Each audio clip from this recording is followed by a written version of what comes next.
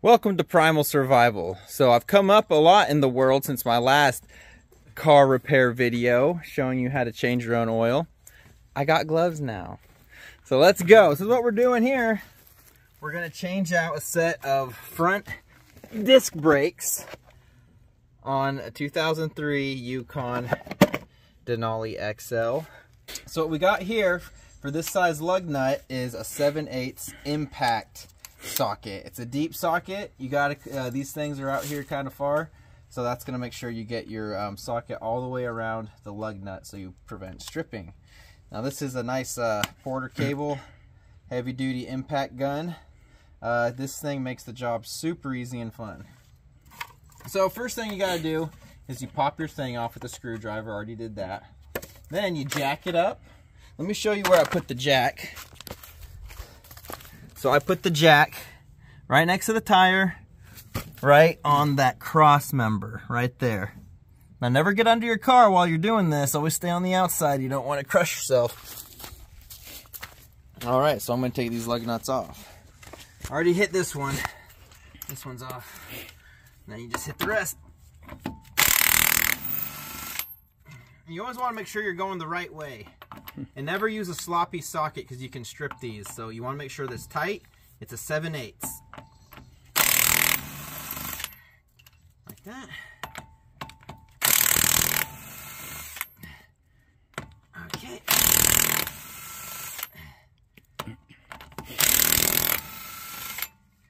Alright, this is very important.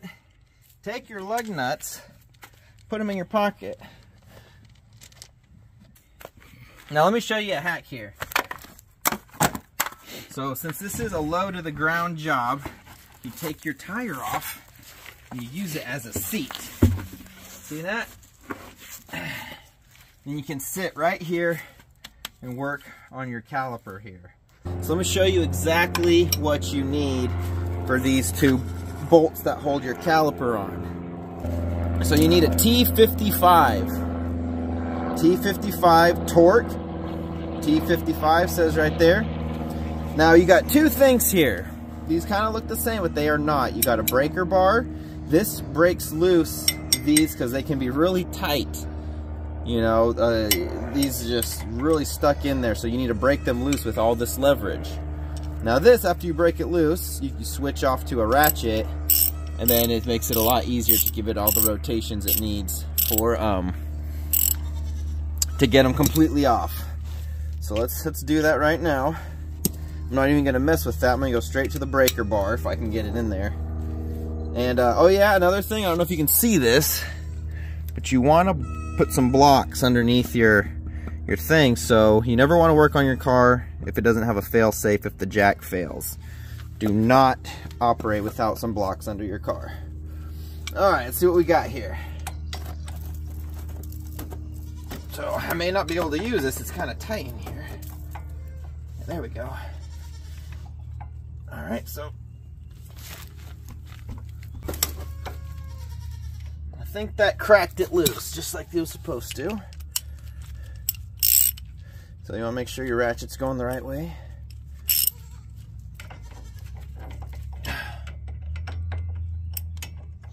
Yep, oh yeah, she's loose. I may be able to do this by hand.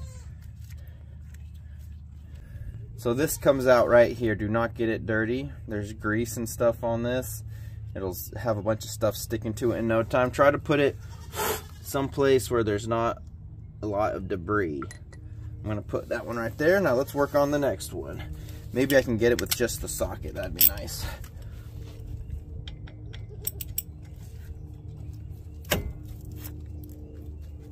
There we go. All right, now this one comes out. Just as greasy as the other one. I'm gonna put it right there. So now this is your caliper. This whole thing is gonna come off.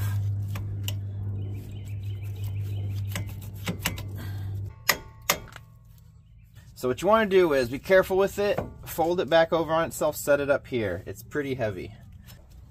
You may have to tap them a little with a hammer. See that? Now keep in mind, this is the one that faces on the outside of the wheel, so you want to find the exact match on the new pads, which is this one. Double squeaker, double squeaker. That's the outside one. This is still a halfway decent pad.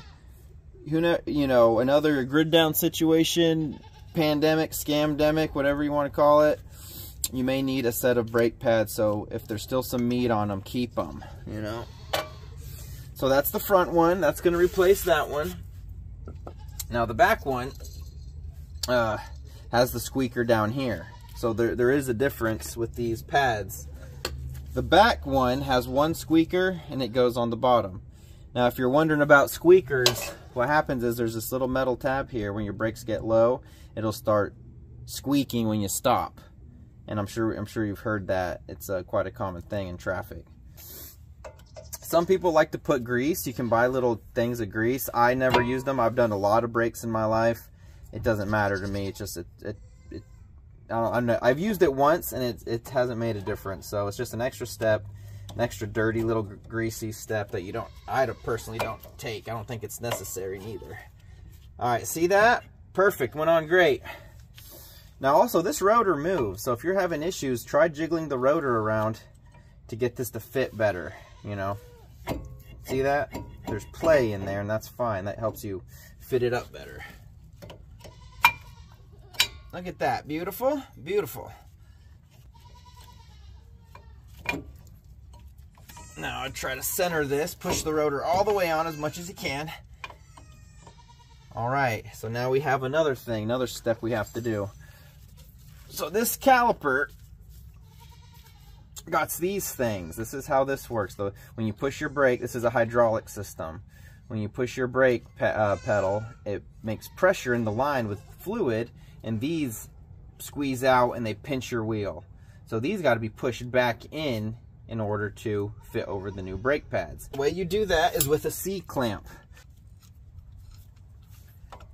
All right, that looks big enough. What you do here is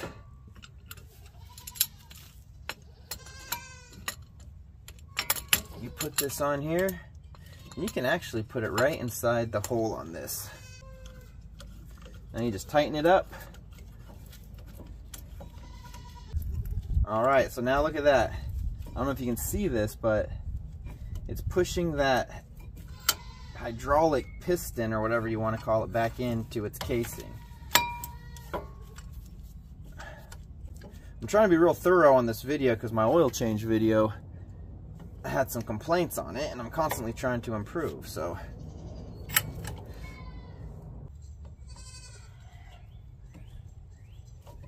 There we go. All right. Look at that. I still got a bunch of dirt and crap all over this thing. Maybe find a better place for it. All right. So that's a little goo. I'm just going to put it in here. Just to hold it. You know.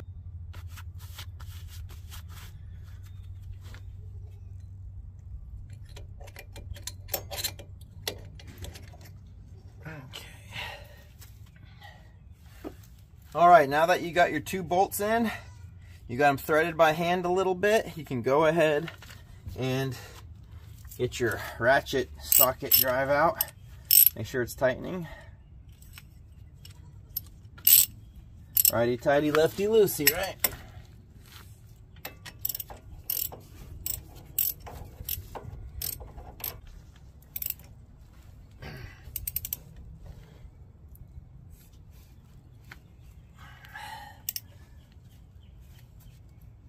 There we go. All right, that is one brake job on the front brakes of a 2003 Yukon Denali XL.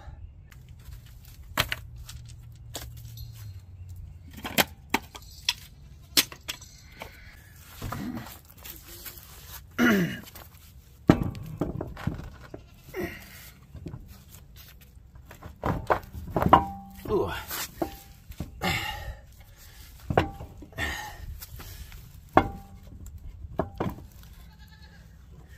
So you may say, Elijah, this looks like a lot of work. Kind of is. But I'm making myself money right now. So make sure your lug nuts are going on the right way, the cone side in.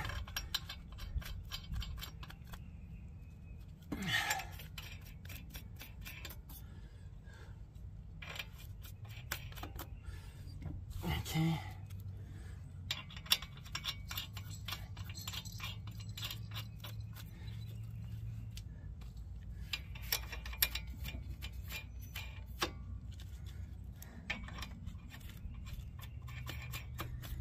Okay, now when you're putting on your tire, you want to tighten them up in a star pattern. So 1, 2, 3, 4, 5, 6. You'll see.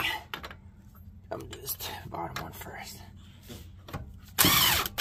Not too much. The top one. Not too much. Not too much. Not too much. You guessed it, not too much. All right, I did it with the hammer drill and the 7/8 deep socket impact, and now I'm going to do it professionally with this torque wrench set to 150 pounds. The actual poundage for GMC trucks and SUVs like this is 140 to 160. I'm putting it right in the middle, 150, and you just want to go around each nut, and you want to cinch it. You want to crank it until you hear it pop. Right there.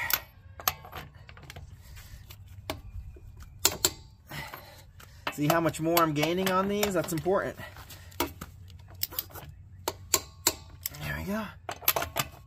Do them all in a star pattern.